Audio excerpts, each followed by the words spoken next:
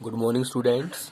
This is History, Class 10th, Chapter 4, The Age of Industrialization, and this is going to be our 5th class on this chapter. अब तक हमने जाना कि proto industrialisation का phase औद्योगिकरण का पहला फेज जब तकनीक और टेक्नोलॉजी और मशीनों का आगमन नहीं हुआ था। उस वक्त वस्तुएं घरेलू उद्योगों में तैयार की जाती थी और उनको अंतर्राष्ट्रीय बाजार में भेजा जाता था। आपको पता है कि ब्रिटेन पहला औद्योगिक राष्ट्र बना, लेकिन जब तकनीक आई, जब मशीनों का आविष्कार हुआ, जब औद्योगिकरण हुआ, औद्योगिक क्रांति हुई, क्या उद्योगपतियों ने तभी मशीनों का प्रयोग उद्योगों में, फैक्ट्रियों में करना शुरू कर दिया? ऐसा नहीं था। Let us start. Hand labour and steam power. In Victorian Britain there was no shortage of human labour. Poor peasants and vagrants moved to cities in large numbers in search of jobs, waiting for work. As you will know, when there is plenty of labor, wages are low. So industrialists had no problem of labor shortage or high wage costs. They did not want to introduce machines that got rid of human labor and required large capital investment. In many industries, the demand for labor was seasonal. Gasworks and breweries were especially busy through the cold months, so they needed more workers to meet their peak demand. Bookbinders and printers catering to Christmas demand who needed extra hands before December. At the waterfront, winter was time that ships were repaired and spruced up. In all such industries where production fluctuated with the season, industrialists usually preferred hand labor, employing workers for the season. Victorian Britain का अर्थ है वह समय जब Britain में queen Victoria रानी थी और उस समय ब्रिटेन में मजदूरों की, लेबर की कमी नहीं थी। इसलिए उद्योगपतियों ने मशीनों में निवेश करने की बजाय, मशीनें फैक्ट्रियों में लाने की बजाय, उन्होंने मजदूरों को ही काम देना शुरू कर दिया, क्योंकि मजदूरों की संख्या बहुत ज्यादा थी और ज्यादा मजदूरों की संख्या होने के कारण मजदूरों को कम दाम पर ही उनसे काम लिया जा सकता था। इसके अलावा कुछ काम ऐसे थे जैसे गैस वर्क है, शराब की भट्टी में काम करना है, और क्रिसमस संबंधी काम है, और छापेखाना संबंधी काम है, बुक बाइंडिंग का काम है। ये कुछ काम ऐसे थे जो सीजनल थे, जो 12 मास ही चलने वाले नहीं थे। तो जो इंडस्ट्रियलिस्ट थे वो मजदूरों से इस तरह काम लेते थे, जरूरत पड़ने पर सीजन के अकॉर्डिंग, न कि पूरा साल। इसके अलावा एक और काम था जो था शिपों की, जहाजों की मरम्मत, वो भी सर्दी के मौसम में ही होता था। इस तरह से उद्योगपतियों ने नई तकनीक में पैसे लगाने की बजाय जो मजदूरों की भारी संख्या थी उनको ही कम दाम पर रखकर उनसे काम लिया। Of products could be produced only with hand labor. Machines were oriented to producing uniforms, standardized goods for a mass market, but the demand in the market was often for goods and intricate designs and specific shapes. In the mid-19th century Britain, for instance, 500 varieties of hammers were produced and 45 kinds of axes. These required human skill, not mechanical technology. In Victorian Britain, the upper classes, the aristocrats and the bourgeoisie preferred things produced by hand. Handmade products came to symbolize refinement and class. They were better finished, individually produced, and carefully designed. Machine-made goods were for export to the colonies. In countries with shortage labor, industrialists were keen on using mechanical power so that the need for human labor can be minimized. This was the case in the 19th century America. Britain, however, had no problem hiring human hands. उद्योगपतियों के द्वारा, factory मालिकों के द्वारा मशीनों का प्रयोग न करने का एक कारण और था। वो ये था कि जो हाथ से बनी वस्तुएं थी उनमें जो कलाकारी और जो डिजाइन होता था वो मशीनों के द्वारा संभव नहीं था। ब्रिटेन में आज भी हाथ से बने जो कारीगरी है, जो काम है, उसको ज्यादा पसंद करते थे। जो वस्तुएं बाजार के लिए बड़ी मात्रा में जिनकी जरूरत थी, जैसे जैसे यूनिफॉर्म है, उनको ही मशीनों के द्वारा तैयार किया जाता था। उदाहरण के लिए 500 तरह के हथौड़े, 45 प्रकार की कुल्हाड़ियां जो हाथ से ही तैयार की जा सकती थी। इसके अलावा जैसे अमेरिका, जहां पर 19वीं शताब्दी में मजदूरों की कमी थी, वहां पर भी मशीनों का प्रयोग किया जाता था। लेकिन ब्रिटेन में जो लेबर है उसकी कमी नहीं थी। Life of workers. The abundance of labour in the market affected the lives of workers. As news of possible jobs traveled to the countryside, hundreds emptied to the cities. The actual possibility of getting a job depended on existing networks of friends and keen relations. If you had a relative or a friend in a factory, you were more likely to get job quickly. But not everyone had social connections. Many job seekers had to wait weeks, spending nights under bridges or in night shelters. Stayed in night refuges that were set up by private individuals. Others went to the casual wards maintained by the poor law authorities. Seasonality of work in many industries meant prolonged periods without work. After the busy season was over, the poor were on the streets again. Some returned to the countryside after the winter, when the demand for labor in the rural areas opened up in places, but most looked for odd jobs, which till the mid-19th century were difficult to find. Wages increased somewhat in the early 19th century, but they tell us little about the welfare of workers. The average figures hide the variations between trades and the fluctuations from year to year. For instance, when prices rose sharply during the prolonged Napoleonic Wars, the real value of what the workers earned fell significantly, since the same wages could now buy fewer things. Moreover, the income of workers depended not on the wage rate alone. What was also critical was the period of employment. The number of days of the work determined the average daily income of the workers. At the best of times, till the mid-19th century, about 10% of the urban population were extremely poor. In the periods of economic slump, like the 1830s, the proportion of unemployed went up to anything between 35 and 75% in different regions. जरूरत से ज़्यादा मजदूर उपलब्ध थे काम के लिए, तो मजदूरों की स्थिति दयनीय होना स्वाभाविक था। ज़्यादा मजदूरों की संख्या होने के कारण जब कभी भी मजदूरों की मांग होती तो मजदूर गांव से शहर की ओर भागते नजर आते काम की तलाश में। इसके अलावा जो काम था मजदूरों को, वो भी उन्हीं मजदूरों को ज़्यादा मिलता था जिनके अपने सगे संबंधी किसी फैक्ट्री में, किसी उद्योग में लगे होते थे।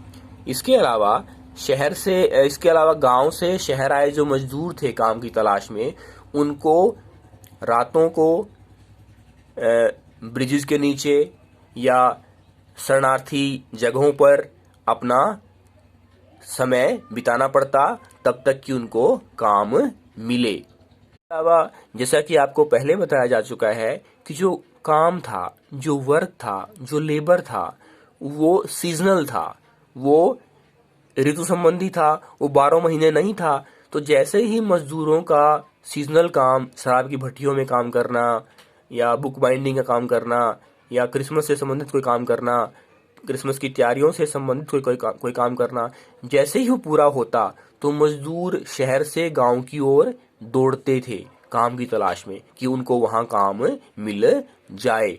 लेकिन वहाँ 19वीं शताब्दी के मध्य में वहाँ काम मिलना भी आसान नहीं था। तो इसलिए अधिकतर मजदूर शहर से गांव वापस भागने की बजाय ओड जॉब्स करते थे, जैसे किसी घर में सफाई करना। इसके अलावा के पूर्वार्ध में जो भत्ते थे, जो डेली वेज थे मजदूरों के, वो तो बढ़ तो गए, लेकिन उसके साथ साथ जो वस्तुओं की कीमत है वो भी बढ़ जाती है। जो नेपोलियनिक वॉर का जो लंबा पीरियड था उसमें वस्तुओं के दाम बढ़ जाते हैं। इसलिए मजदूर भत्तों की जो भत्ते बढ़ जाने की वजह से भी वो ज़्यादा वस्तुएं नहीं खरीद कर पा रहे थे और उनकी स्थिति खराब ही रही, उसमें कोई बदलाव नहीं आया। 19वीं शताब्दी के मध्य में जिसे बेहतर समय कहा गया, उसमें ऐसा एक अनुमान के अनुसार 10% के लगभग जो शहरी जनसंख्या थी वो बहुत गरीब थी। और जब इकोनॉमिक डिप्रेशन आता है, जब 1830s में, तो जो बेरोजगार लोग थे उनकी संख्या 35 से 75% तक बढ़ गई थी। The fear of unemployment made workers hostile to the introduction of new technology. When the spinning jenny was introduced in woolen industry, women who survived on hand spinning began attacking the new machines. This conflict over the production of jenny continued for a long time. After the 1840s, building activity intensified in the cities, opening up greater opportunities of employment.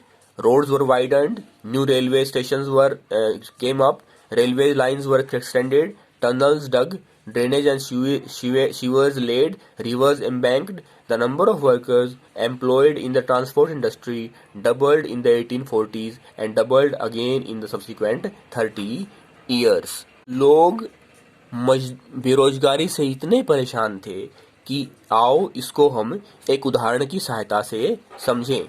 1764 में Hargreaves ने spinning jenny बनाई, जिसको सबसे पहले ऊन उद्योग में उसका प्रयोग किया गया। लेकिन जो औरतें हाथ से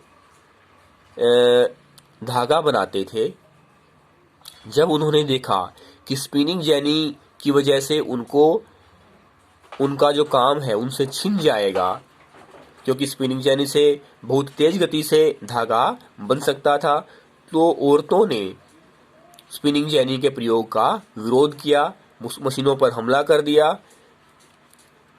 इसके अलावा 1840 का 19वीं शताब्दी का जो चौथा दशक था, उसमें परिवहन उद्योग में जो रोजगार की संभावनाएं बढ़ी। सड़कों को चौड़ा किया गया, रेलवे लाइन बिछाई गई, नए स्टेशन बनाए गए, जो सुरंगें हैं उनको खोदा गया, निकास के लिए जो ड्रेनेज है वो बनाई गई, सीवर बनाए गए और नदियों के किनारों को ऊंचा किया गया। इस तरह से एक आंकड़े के अनुसार 19वीं शताब्दी के चौथे दशक में जो ट्रांसपोर्ट इंडस्ट्री है, वहाँ पर जो एम्प्लॉयमेंट है, जो रोजगार है, वो दुगना हो गया। Civilization in the colonies. Let us now move to India to see how a colony industrializes. Once again, we will look not only at factory industries but also at the non-mechanized sector. We will limit our discussion primarily to textile industries. अब तक हमने ये जाना कि Britain में औद्योगिक क्रांति आने के बाद भी उद्योगपतियों ने मशीनों का प्रयोग करने की बजाय जो मजदूर थे, जो भारी संख्या में उपलब्ध थे, उनसे ही काम लेना जारी रखा और मशीनों का प्रयोग वहीं किया गया। उदाहरण के लिए उपनिवेशों में, भारत जैसे देशों में जहां मजदूरों की कमी थी। The age of Indian textiles. Before the age of machine industries, silk and cotton goods from India dominated the international market in textiles. Coarser cottons were produced in many countries, but the finer varieties often came from India. Armenian and Persian merchants took the goods from Punjab to Afghanistan, Eastern Persia, and Central Asia. Bales of fine textiles were carried on camelback via the northwest frontier, through mountain passes and across deserts. A vibrant sea trade operated through the main pre-colonial ports. Surat on the Gujarat coast connected India to the Gulf and the Red Sea ports. Masulipatanam on the Coromandel coast and Hooghly in Bengal had trade links with Southeast Asian ports. आपको पता है कि भारत के गरम मसाले, भारत का रेशम, भारत का सूती कपड़ा, जिसकी मांग यूरोपियन देशों में बहुत पहले से थी।